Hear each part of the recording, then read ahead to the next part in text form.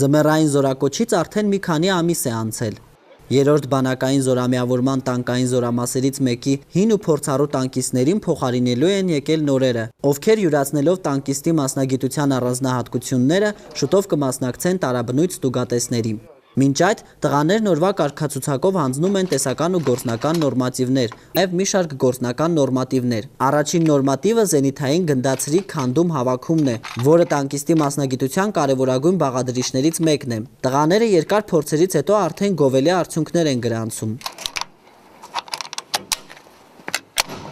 Հաջորդ նորմատիվը տանկի նստեցումն ու իջեցումն է։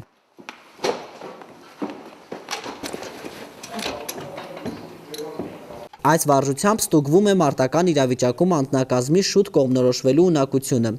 Զինծառայողները ջանք չեն խնայում արժանվույնս կատարելու այս նորմատիվը, քանի որ դա խիստ անհրաժեշտ տարրերից է։